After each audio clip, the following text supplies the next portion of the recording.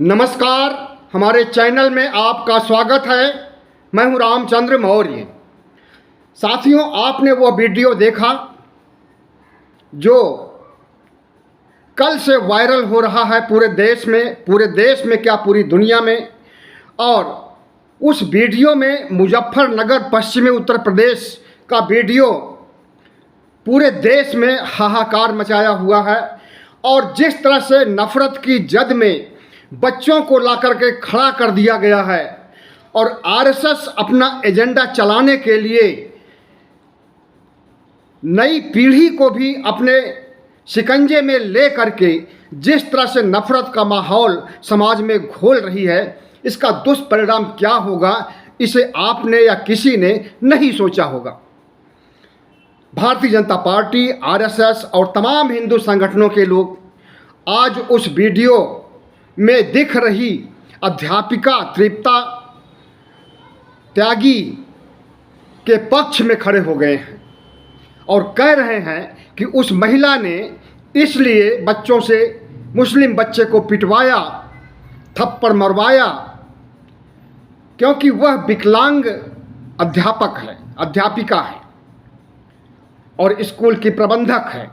वह खुद जाकर के बच्चे को नहीं मार सकती थी, इसलिए बच्चों से मरवाया गया है। मतलब भगवा गैंग अब उस महिला के साथ खड़ा हो गया है जिसने कि घिनौना अपराध किया है, जिसने दरिंदगी किया है। मणिपुर के बाद अगर कोई बीभत्स वीडियो सामने आया है तो वह मुजफ्फरनगर का ही माना जा रहा है, जिसमें अध्यापिका नेहा पब्लिक स्कूल की अध्यापिका और प्रबंधक दोनों अपने घर में स्कूल चलाती है। उसमें केजी फर्स्ट के बच्चे को, जो कि मुस्लिम बच्चा है, वो होमवर्क करके नहीं आया था। ऐसा भी कहा जा रहा है कि पाँचवीं का पहाड़ा नहीं सुना पा रहा था। इसके लिए उसे दंडित किया गया और हिंदू बच्चों से उसे थप्पड़ मरवाया गया। एक दो नहीं, कई बच्चों से थप्पड़ मरवाया गया। और जो बच्चा धीमे से थप्पड़ मारा उसे बोला गया कि और तेजी से थप्पड़ जड़िए।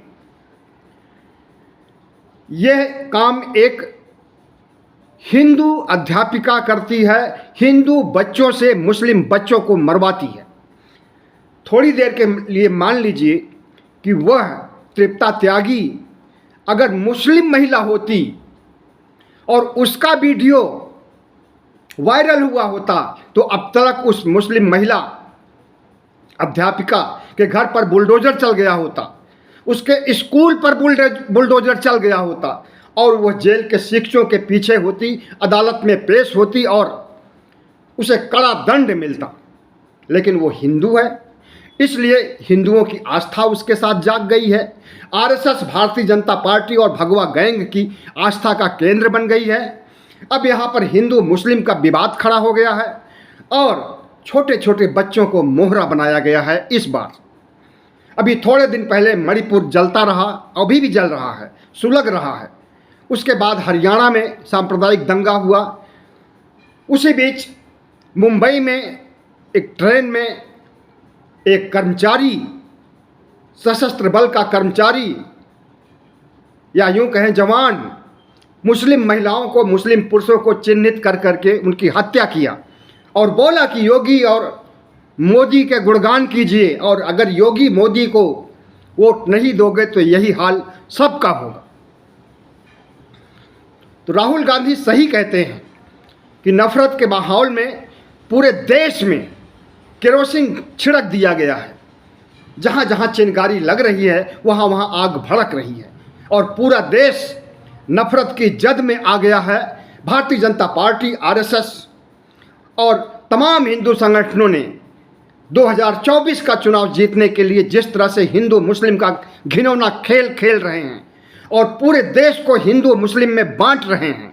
80 और 20 के आधार पर उत्तर प्रदेश का चुनाव जीता गया था, विधानसभा का 2022 में, और वही खेला अब 2024 के लिए किया जा रहा है। कभी मणिपुर जलता है, कभी हरियाणा जलता है, कभी महाराष्ट्र जलता है, कभी राजस्थान जलता है, कभी गुजरात जलता है।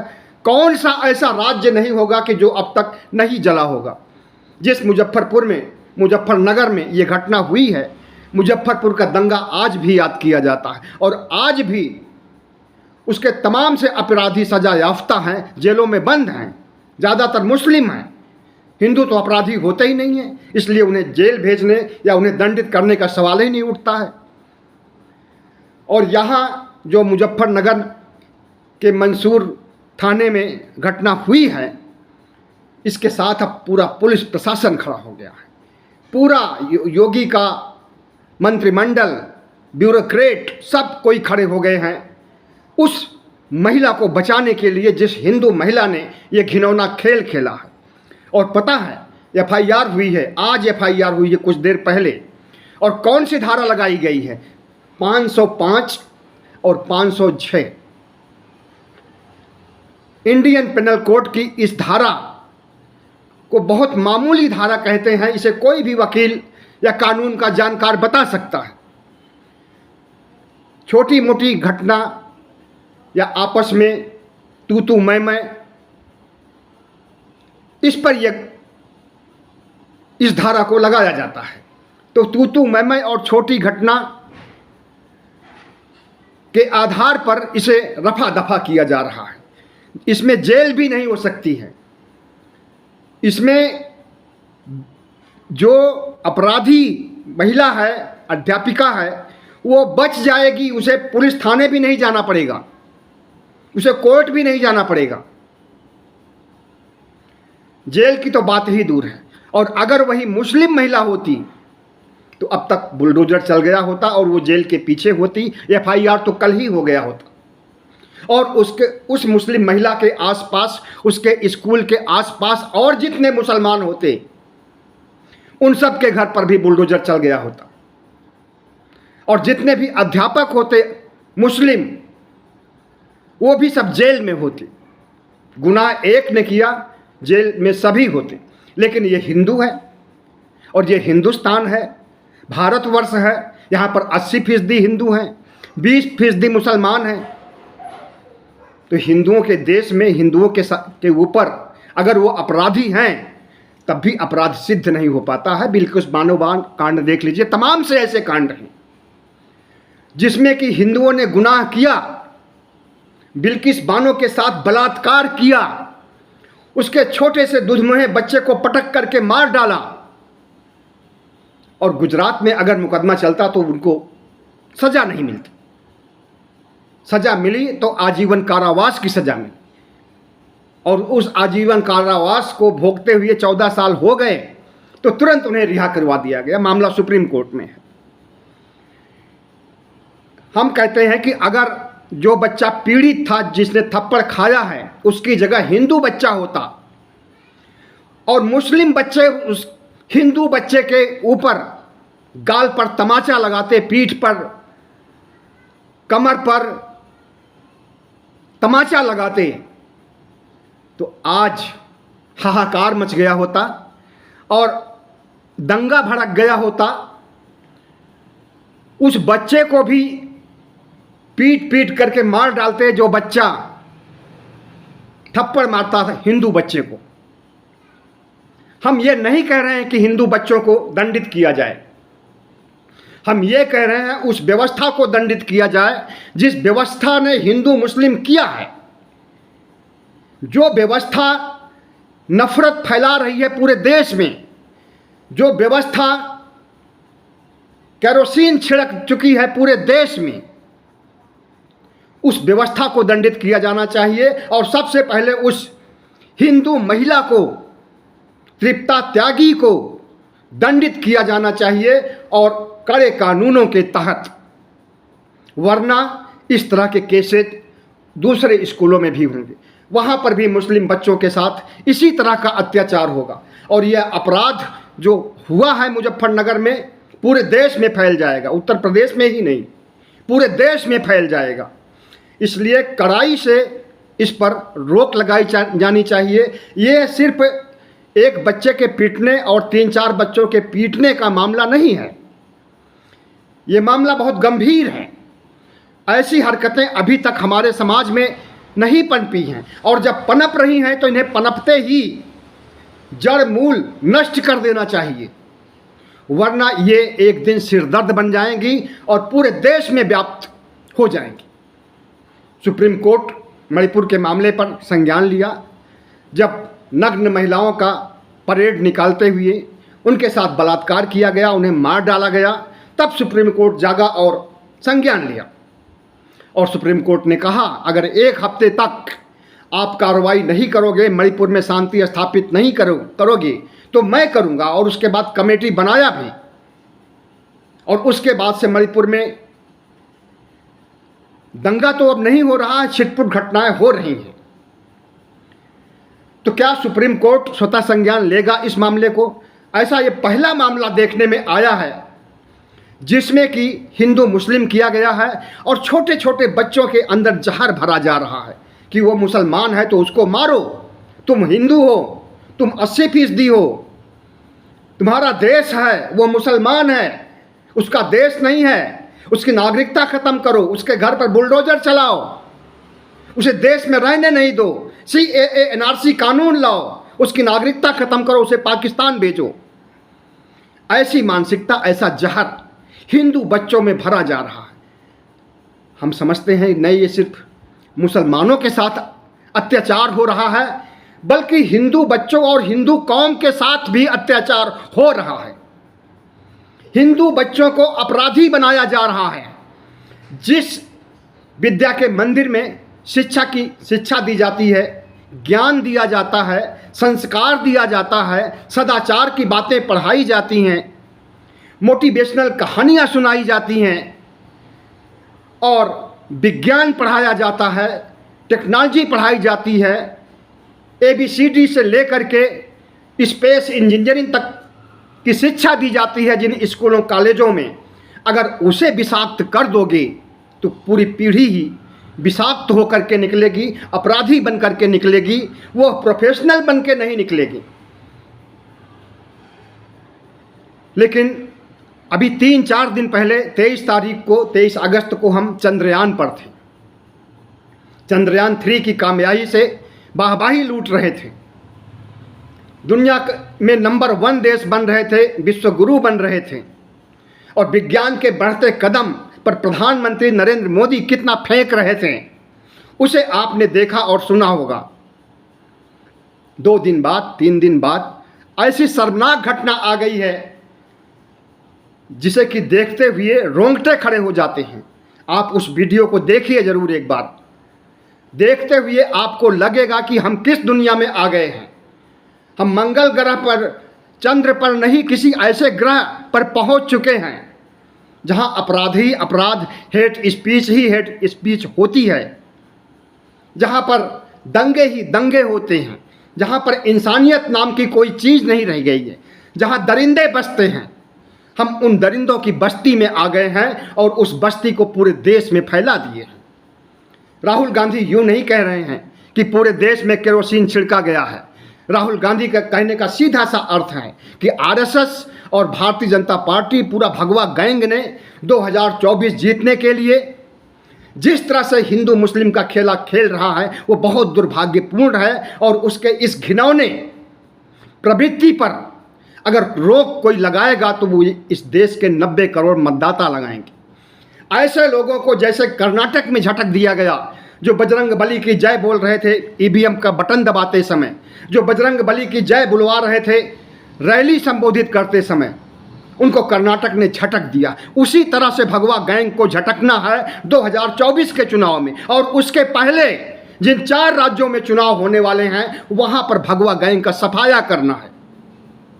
वरना ये हिंदू मुस्लिम के नाम पर, हिंदू मुस्लिम ध्रुवीकरण के नाम पर न सिर्फ मुसलमानों का कत्लेआम करेंगे, मुसलमानों को अपराधी बनाएंगे, मुसलमानों के साथ अत्याचार करेंगे, मुसलमानों के साथ नरसंहार करेंगे, बल्कि हमारे हिंदुओं की युवा पीढ़ी को भी विषाक्त करेंगे, अपराधी बनाएंगे और बना रहे हैं। यह बात सिर्फ एक वीडियो तक नहीं है और एक स्कूल में हुई एक बच्चे पर कई हिंदू बच्चों के द्वारा पिटाई करने का ही मामला नहीं है। यह मामला है RSS की सोच का, RSS की विचारधारा का, कि RSS हमारे देश को किस तरफ ले जा रहा है। भारतीय जनता पार्टी तो कहने के लिए विज्ञान की तरफ है, लेकिन वो अंधविश्वास, पाखंड, दंगे फसाद, नफरत कितना फैला रही है वो किसी से छुपा नहीं है। राम मंदिर बन रहा है, राम मंदिर बन करके 24 जनवरी को पूरा हो जाएगा, फिर उसका उद्घाटन होगा। उद्घाटन के समय बहुत बड़ा जश्न मनाया जाएगा पूरे देश में। रामचरितमानस की पुस्तक पूरे देश में घर घर पहुंचाई जाएगी, जैसे झंडा पहुंचाया गया था घर घर पिछले साल, और इस साल तो अपने से ही लोगों ने टांग दिया अपने घर पर। तो उसी तरह से घर घर रामचरितमानस पहुंचाया जाएगा, रामायण पहुंचाया जाएगा, चुनावी पर्चे पहुंचाए जाएंगे, कलवा पहुंचाया जाएगा और प्रसाद पहुंचाया जाएगा, और पूरे देश को राममय किया जाएगा। किस लिए? 2024 को जीतने के लिए। और उसके पहले इतना हिंदू मुस्लिम, इतना हिंदू मुस्लिम, इतना 80-20, इतना 80-20 कर दिया जाए कि लोगों को नफरत पैदा हो जाए मुसलमानों से, लोगों को नफरत पैदा हो जाए जो मानवता के हित में, मुसलमानों के हित में, या मुसलमानों के साथ न्याय होने की जो मांग करते हैं, हम जैसे लोगों के से भी नफरत पैदा हो जाए। तो इस देश में जो कुछ चल रहा है और जो कुछ चलेगा उसके बहुत दूरगामी परिणाम हैं। ऐसे ही ये अपराध नहीं कराए जा रहे। अगर इस स्कूल के हादसे में इसके पीछे का कोई सूत्र ढूंढा जाए तो निश्चित रूप से वो आरएसएस या हिंदू महासभा या बजरंग दल का आदमी काम कर रहा होगा, उसका मास्टरमाइंड काम कर रहा होगा। और उस मास्टरमाइंड तक अगर उसका पता मिल भी जाएगा तब भी शासन प्रशासन पुलिस के लोग नहीं पहुंचेंगे, क्योंकि शासन प्रशासन और पुलिस के लोगों का ही वो काम कर रहा है। और जो नफरत फैला रहा है आरएसएस, उस आरएसएस के प्रचारक प्रधानमंत्री नरेंद्र मोदी भी हैं। प्रधानमंत्री बनने के बाद अगर वो कहते हैं कि हम इस देश के प्रधानमंत्री बाद में हैं, पहले आरएसएस के प्रचारक हैं, तो समझ लीजिए कितना सांप्रदायिक प्रधानमंत्री बन गया है हमारे देश में 2014 से। आरएसएस एक ऐसा संगठन है जो अस्त्र शस्त्र की पूजा करता है खुलेआम।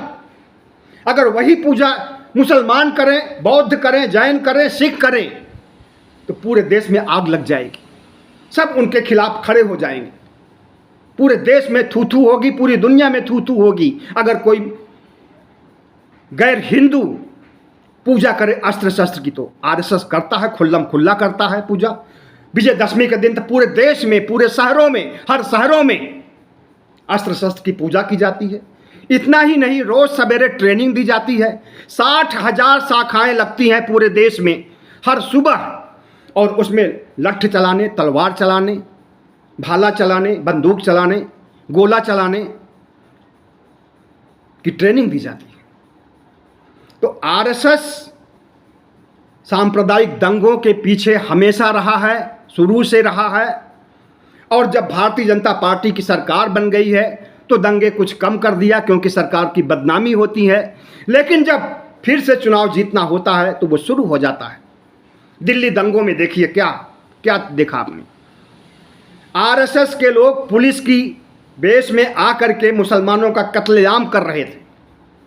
बहुत से ऐसे वीडियो पकड़े गए हैं जिसमें कि आरएसएस के प्रचारक, आरएसएस के पदाधिकारी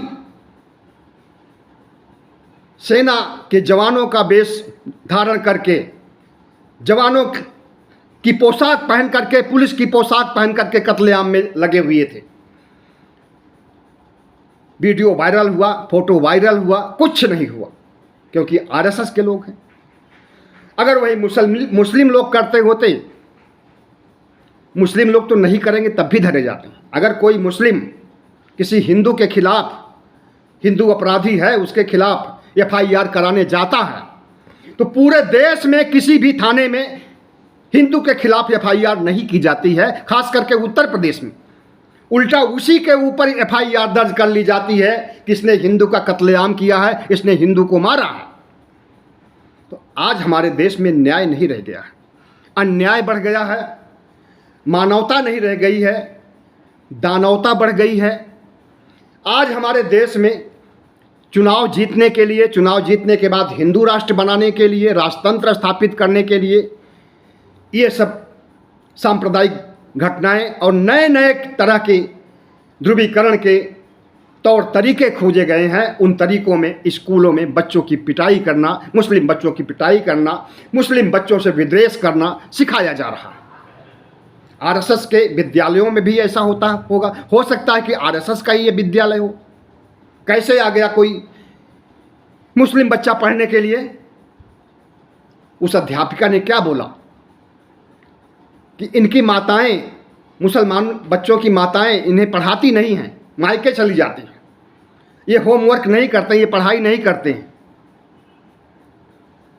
मतलब उन बच्चों के साथ उनके माता पिता को भी दोषी करार दिया गया। इस मामले में मुस्लिम समाज को दोषी करार दिया गया क्योंकि एक बच्चे ने 5 का टेबल, 5 का पहाड़ा नहीं पढ़ पाया। जब उसे अच्छी शिक्षा दी जाएगी तभी तो पढ़ पाएगा, जब उसे संस्कार दिया जाएगा तभी तो वो स्कूल कॉलेज से निकलेगा तो कुछ करेगा। जब उसे सदाचार नहीं सिखाया जाएगा, उसे अपराधी बनने की प्रवृत्ति में ढाला जाएगा तो वो अपराधी बनेगा, प्रोफेशनल नहीं बन सकता है। तो जो कुछ मुजफ्फरनगर में हुआ है ऐसा और भी होगा, ये कोई आखिरी घटना नहीं है। लेकिन इस घटना से हम समझते हैं कि 3 सवाल उठते हैं। पहला, हिंदू बच्चों में जहर भरा जा रहा है, इनके भविष्य का क्या होगा? क्या स्कूलों से निकलने वाले बच्चे अपराधी बन करके निकलेंगे, प्रोफेशनल नहीं बनेंगे? दूसरा सवाल, विद्या के मंदिर में शिक्षा दी जाती है, ज्ञान दिया जाता है, संस्कार दिया जाता है, सदाचार सिखाया जाता है, वहाँ पर आपराधिक घटना नहीं सिखाई जाती। अगर दंडित करना होता है बच्चों को, हम खुद दंडित हुए हैं, हमारे अध्यापकों ने खूब पिटाई की है, खूब कूटा है। हमें याद है कि जब मैं 9th क्लास में पढ़ता था 1977 में, मुकुंदपुर, शेरवानी इंटर कॉलेज मुकुंदपुर हो गया है, पहले शेरवानी हाई स्कूल था। तो राम सुंदर यादव जो कि गणित के अध्यापक थे, उनकी पिटाई आज तक हमें याद है। ऐसा पीटते थे कि पीठ भी लाल हो जाती थी, हाथ भी लाल हो जाता था और थप्पड़ खाते खाते गाल भी लाल हो जाता था। तो पिटाई का अधिकार है। अगर बच्चा होमवर्क नहीं कर रहा है, वो टेबल नहीं पढ़ पा रहा, नहीं सुना पा रहा है, तो उस अध्यापिका को, अगर वो विकलांग है, जहाँ बच्चे के पास नहीं जा सकती है, तो बच्चे को बुला करके थप्पड़ लगाना चाहिए था। कोई नहीं सवाल उठाता, चाहे मुस्लिम बच्चे को पीटे या हिंदू बच्चे को पीटे, हर बच्चे उसके लिए एक समान होने चाहिए। लेकिन एक समान नहीं है। हिंदू बच्चे इसलिए हैं कि मुस्लिम बच्चों की पिटाई करें, मुस्लिम बच्चे इसलिए हैं कि पिटाई खाएं। और कसूर कि होमवर्क नहीं किया और 5वीं का पहाड़ा नहीं पढ़ पा 5 का पहाड़ा नहीं पढ़ पा रहा है। तो विद्या के मंदिर में शिक्षा, संस्कार और सदाचार सिखाया जाता है, लेकिन आज जहर घोला जा रहा है। ऐसे में क्या यह बीमारी एक संक्रामक बीमारी की तरह दूसरे स्कूलों तक नहीं पहुंचेगी? निश्चित रूप से पहुंचेगी। ऐसी घटनाओं पर रोक लगाने के बजाय अगर सरकार इन्हें संरक्षण दे, और दे भी रही है, उस महिला के खिलाफ 505 और 506 का मुकदमा दायर किया गया है, FIR किया गया है, और इसमें जेल की तो बात दूर, गिरफ्तारी भी नहीं होती है। तो अगर संरक्षण दिया जा रहा है, रफा दफा किया जा रहा है अपराधी महिला को बचाने के लिए, तो क्या इस तरह से और महिलाएं, जो हिंदू महिलाएं हैं, वो बच्चों के ऊपर अत्याचार नहीं करेंगी? उन्हें भय बिल्कुल नहीं रहेगा कानून से, पुलिस से। अगर हिंदू है तो सोचेगी वो कि हम कुछ भी कर लें, योगी जी हिंदू हैं, पूरा ब्यूरोक्रेसी हिंदू है, मोदी जी हिंदू हैं, हमारा कुछ नहीं होगा।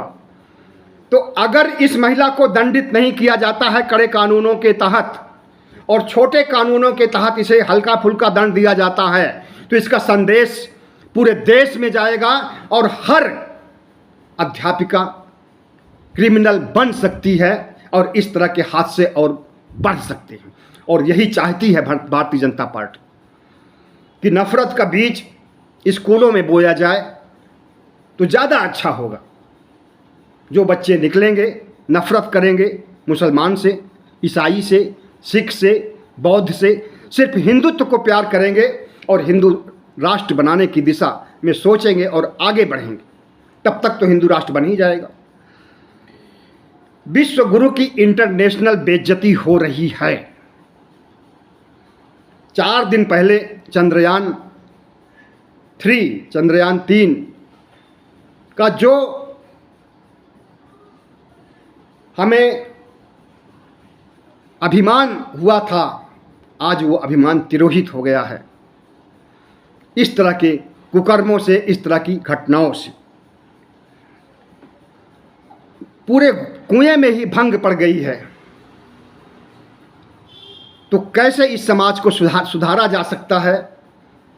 कैसे इस समाज में अमन चैन और राहुल गांधी की मोहब्बत की दुकान स्थापित हो सकती है? इसे आपको सोचना होगा। इसका सिर्फ एक ही रास्ता है कि जिन राज्यों में चुनाव होने वाले हैं वहाँ पर वोट की चोट, और 8 महीने बाद जो लोकसभा चुनाव होने वाला है वहाँ पर वोट पर चोट।